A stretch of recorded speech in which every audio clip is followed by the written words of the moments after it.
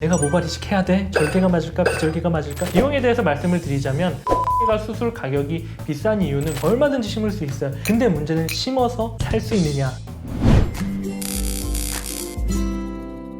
탈모에 대해서 어떻게 해야 할지, 그리고 이식에 대해서 무엇을 알아야 될지에 대해서 같이 알아보는 시간을 가져보도록 하겠습니다. 모발 이식을 고민 중인데 절개랑 비절개 중에 뭘 선택해야 될지 모르겠어요. 비절개가 절개보다 나은 방법인지 궁금합니다. 절개가 좋다, 비절개가 좋다 라는 것보다는 어떤 게 자기에게 맞는지를 선택을 해야 돼요. 절개와 비절개의 가장 큰 특징은 뒤쪽에 채취하는 방법이거든요. 절개는 뒤쪽에 두피를 요만큼 떼어내서 여기서 하나하나 나눠서 들어가는 거고요. 비절개는 모발이 있으면 모발을 하나하나 주변 조직과 함께 빼내서 채취를 하는 방법인데요. 후두부의 상태가 어떠냐에 따라서 초이스가 생기게 됩니다. 젊으신 분들은 후두부의 상태가 좋기 때문에 절개, 비절개 선택이 가능하지만 후두부의 밀도가 안 좋으신 분들 같은 경우에는 비절개로 채취했을 때 후두부의 밀도 저하를 겪으실 수 있게 되고요. 절개 같은 경우에는 후두부의 두피를 제거를 해야 되는데 피부가 잘 늘어나시는 분들은 절개를 하는 게 좋고, 피부가 안 늘어나시는 분들, 저같이 좀 딱딱한 사람들은 절개를 했을 때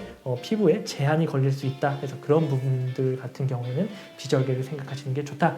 여성분들 같은 경우에는 이제 예쁘게 동그랗게 헤어라인을 만들 때 단순히 나오는 방향만 맞추는 게 아니라 컬을 맞추거든요. 그래서 예쁘게 옆으로 떨어져 줘야지 좀 예쁜 라인이 나오는데, 이 컬을 맞추기 위해서는 비절개보다는 조금 더 절개를 선호하는 경향도 있습니다. 한 사람 다 치수할 수 있는 몇 회 횟수가 있을 거 아니에요? 몇 번이나 할 수 있을까요? 횟수의 제한이라기보다는 모발수의 제한이다 라고 보시는 게 오히려 옳은데요. 교과서적으로는 약 8,000개의 모발을 평생 뒤에서 앞으로 옮길 수 있다라고 나와 있고요. 절개만 하느냐 아니면 비절개만 하느냐 아니면 절개를 하고 비절개를 하느냐, 이거에 따라서 이제 평생 할 수 있는 양이 좀 달라지는데요. 많이 필요하시는 경우에 가급적이면 초반은 절개를 하시면서 나중에 소량으로 필요할 때 비절개를 보충을 해 가시면 한 12,000에서 15,000모 이상 수술한 케이스들도 있으니까요.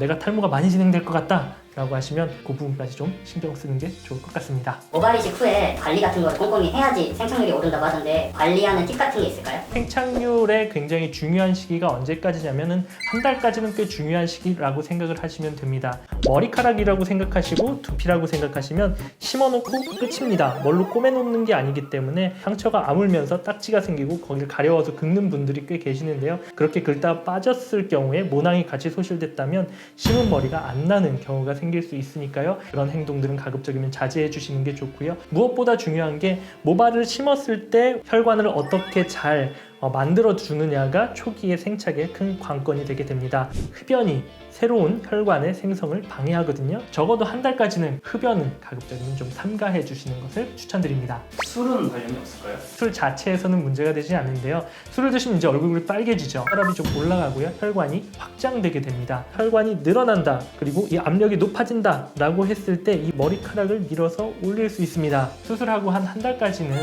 술을 좀 자제해 주시는 걸 추천드립니다.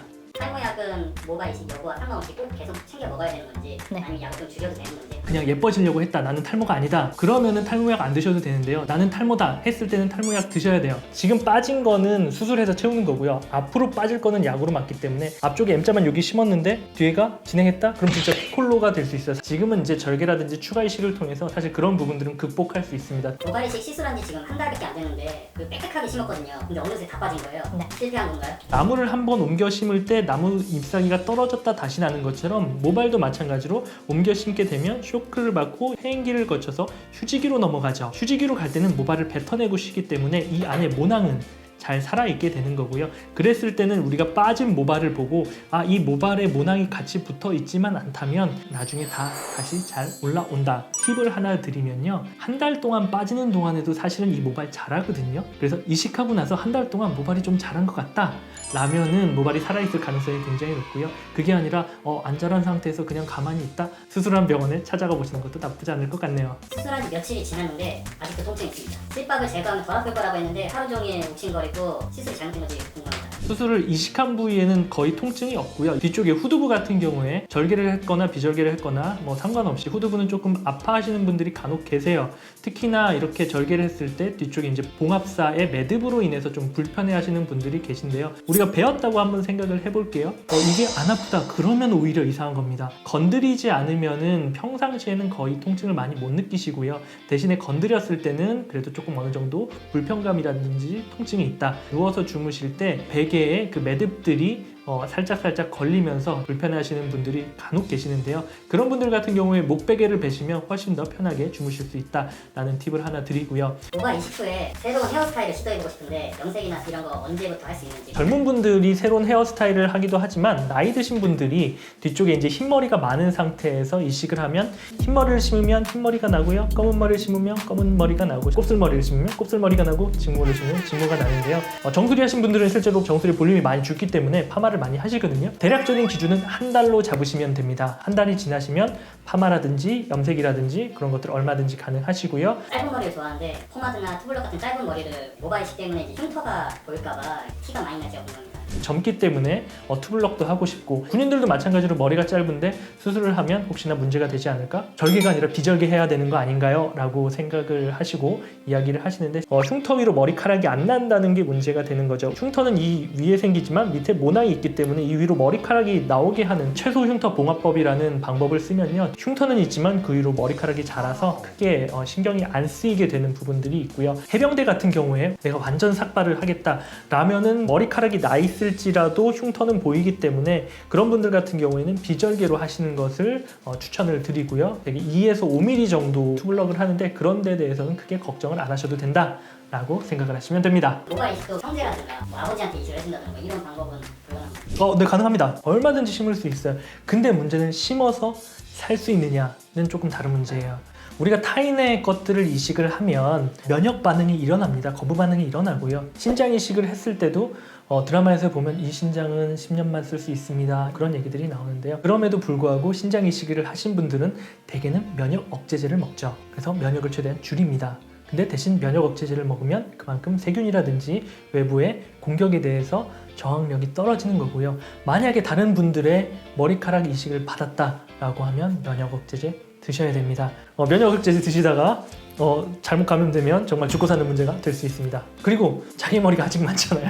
네, 자기 머리 하는 게 제일 좋습니다. 시술 금액의 기준이 뭔지가 좀 궁금하고요. 또 절개랑 비절개 시술 가격 차이가 또 있는지 궁금합니다. 비용에 대해서 말씀을 드리자면 기본적으로는 수술 시간이 길어지면 비용이 비싸진다고 생각하시면 됩니다. 당연히 적은 양보다는 많은 양을 수술을 할 때 수술 시간이 길어지게 되고요. 그 양을 일정 시간 안에 하기 위해서 수많은 노하우들이 들어가거든요. 그래서 양이 많아질 때는 아무래도 가격이 훨씬 더 비싸진다라고 생각을 하시면 되고요.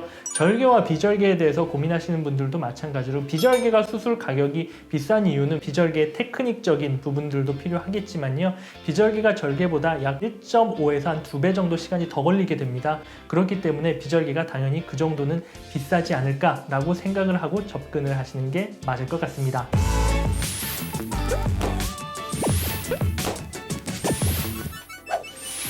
사실 여러분들에게 저희가 수술을 권유하지는 않습니다. 다만 제대로 치료를 시작하는 건 너무너무 필요한 부분인 거고요. 탈모라면 당장 수술이 아니라 약을 먹으면서 예방할 수 있는 부분들 얼마든지 있고요. 그리고 탈모약이 굉장히 안전한 약이고 굉장히 믿을 만한 약이기 때문에 관심을 가지고 돌아보셔야 될 때다